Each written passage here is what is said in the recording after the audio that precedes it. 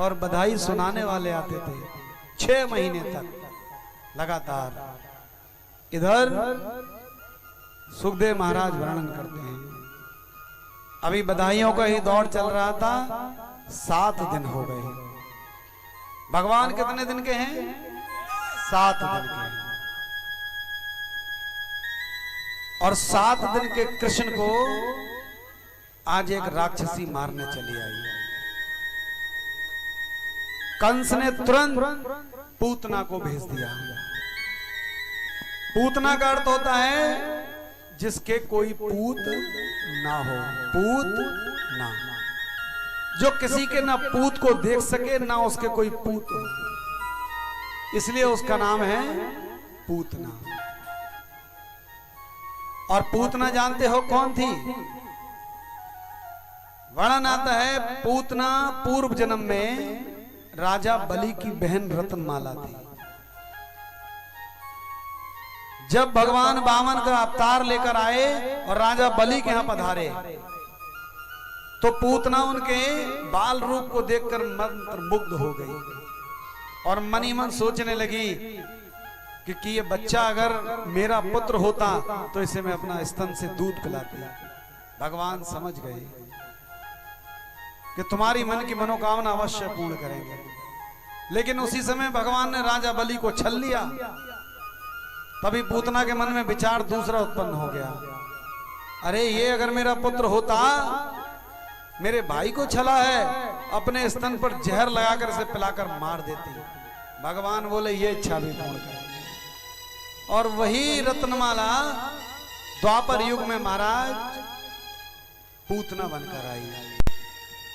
आज बड़ा सुंदर सा स्वरूप धारण किया पूतना ने और वृक्ष की ओर प्रस्थान कर गई। गोकुल में कंस ने आदेश दिया कि कोई भी बच्चा दिखाई दे 7 दिन का तुरंत मार देना। अभी 7 दिन हुए उसे पैदा हुए। भगवान ने सोचा मेरे सारे सखा मारे जाएंगे, जो मेरे साथ पैदा हुए हैं मेरे साथ खेलेगा कौन?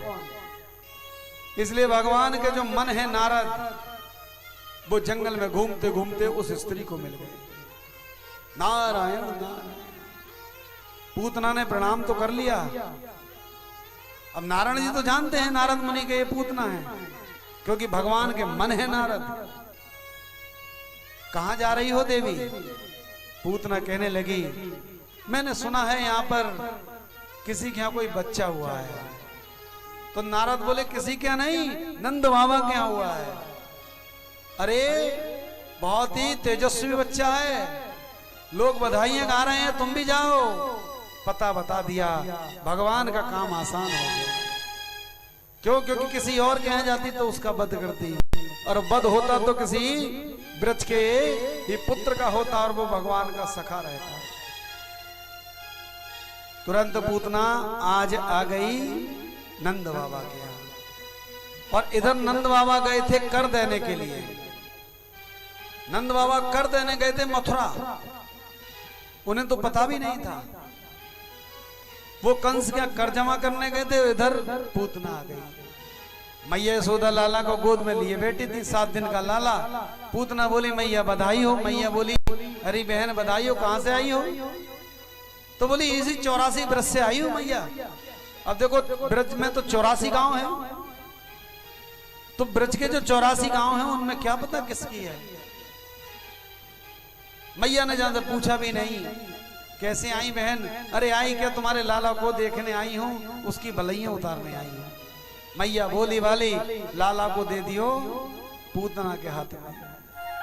और जैसी जब तक तो भगवान खेल रहे थे आंखें खोल खोल कर, और सुखदेव स्वामी कहते हैं जैसे ही पूतना घर में प्रवेश किया कन्हैया ने दोनों नेत्र बंद कर लिए।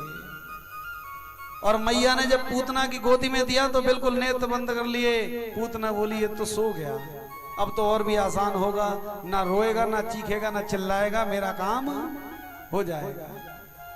सुखदेव स्वामी कहते हैं जानते हो परीक्षित, भगवान ने नेत्र बंद क्यों किए? क्योंकि पूतना एक अविद्या है, और अविद्या का दर्शन कभी प्रभु नहीं करते। दूसरा कारण को संत कहते हैं क्योंकि पूतना बाल घातनी है, और बाल घातनी है और भगवान का मां का स्वरूप लेकर आई है। स्तन पिलाएगी तो मां बनकर आई है, और यदि कृष्ण उस समय आके खोल लेते तो अपनी मां को मार नहीं पाते। इसलिए भी भगवान ने नेत्रों को नहीं खोला। कुछ संत कहते हैं क्योंकि भगवान की एक आंख में सूर्य और दूसरे में चंद्रमा का वास है, और सूर्य चंद्र कभी नहीं चाहते कि वो हमारे धाम में आकर रहे, क्योंकि भगवान जिसका वध करते हैं वो तो भगवान के धाम ही जाता है। इसलिए सूर्य ने भी बंद कर रखा है एक आंख, और एक ने चंद्र ने बंद कर रखा है।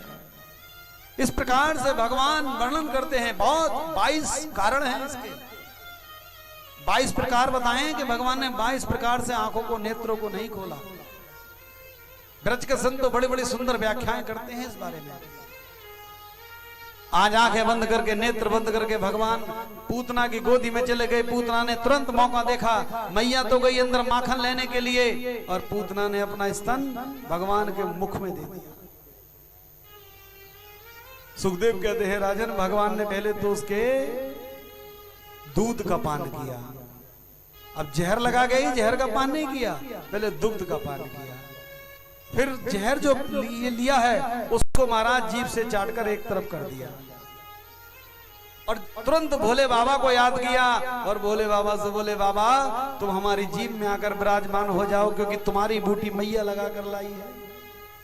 भोले बाबा ने तुरंत कहा, जैसी आज्ञा प्रभु। उसी समय वो जीवा पर भोले बाबा विराजमान हो गए, और जो विष था उसको भोले बाबा ने चाट लिया।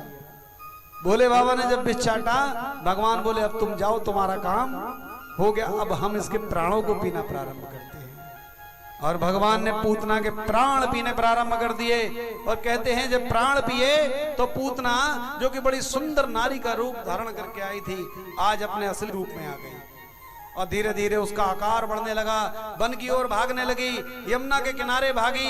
उतनी देर में तो भगवान ने प्राणों को पी लिया, और धड़ाम से भगवान कहते हैं यमुना के किनारे सीधी गिरी, उल्टी नहीं गिरी, सीधी गिरी। अब मैया ने जब शोर शराबा सुना, अंदर से बाहर आई, निकल कर आकर देखती है तो पूतना भी गायब, कन्हैया भी गायब। मैया दौड़ी यमुना की ओर, जाकर देखती है तो बहुत लंबी चौड़ी, ब्रज के संत वर्णन करते हैं उसकी लंबाई थी 7 कोस की, करीबन 18 किलोमीटर लंबी है पूतना। और जब वो गिरी है तो ब्रजवासी दौड़ कर आए, कुछ तो सीढ़ी लाए, कुछ रस्सी लाए, और चढ़ गए पूतना के सीने पर। देखा तो वहां भगवान कन्हैया खेल रहे हैं, तुरंत गोदी में उतार कर नीचे लाए। मैया ने तो तुरंत लला को उठाया और ले गई गौ माता के नीचे। गौमूत्र से भगवान को स्नान कराया, गऊ के गोबर से भगवान को लीप लीप कर महाराज बिल्कुल गोरा, काले से गोरा करने के इरादे कर रही थी। और फिर गौ माता के पूछ से झाड़ा लगाया, और तुरंत यमुना में आकर भगवान को गोते लगाए। बोली अब है गए हो तू शुद्ध, भगवान तो हो गए शुद्ध। अब ब्रजवासी बोले पूतना को क्या करें, तो महाराज खींच खांच के हाथियों से ले गए यमुना के किनारे, और उसके शरीर के नीचे जो पेड़ पौधे टूटे उसी को उसके ऊपर रखकर अग्नि दे दी। और जब अग्नि लगी तो उसके शरीर से दुर्गंधी नहीं निकली, उसके शरीर से सुगंधी निकली। तो सुखदेव स्वामी वर्णन करते हैं, अरे परीक्षित जानते हो सुगंधी क्यों निकली? क्योंकि उसको मुख लगा मेरे प्रभु का, और जिसको भगवान का हाथ भी लग जाए तो उसके शरीर से तो सारी दुर्गंधियां दूर हो जाती हैं। और पूतना को तो फिर भी मेरे प्रभु का मुख लगा, और जहां सुख का मुख लग जाए वो चीज तो कभी खट्टी कड़वी हो ही नहीं सकती। भगवान ने पूतना का उद्धार किया, 7 दिन के कृष्ण ने पूतना का वध कर दिया। सुखदेव स्वामी वर्णन